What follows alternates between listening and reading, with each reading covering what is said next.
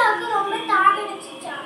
அதனால மயில் சொல்லிச்சான், நான் வந்து ஒரு குளத்துக்கு கூட்டு போறேன், உங்க தாகத்தெல்லாம் கிடைக்குன்னு சொல்லிட்டான். சரியா சொல்லி வந்து மயிலும் கூட்டு போச்சு. அவங்களோட பின் துருவி ராமனும் சீதாவும் வந்தாங்களா, சீதாவும். அவங்க வரும்போது அந்த மயில் வந்து ஒரு குளம் கிட்ட விட்டுச்சாமா. அதுக்கப்புறம் வந்து சீதாவும்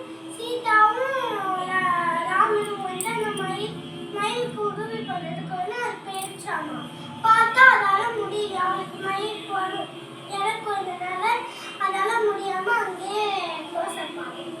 அதுக்கப்புறம் வந்து ராமர் பார்த்து ரொம்ப கவலைப்பட்டு என்னாச்சா, மயில் இறகு வச்சுட்டு அவனுக்கு வச்சுக்கிட்டாராம். இதனால்தான்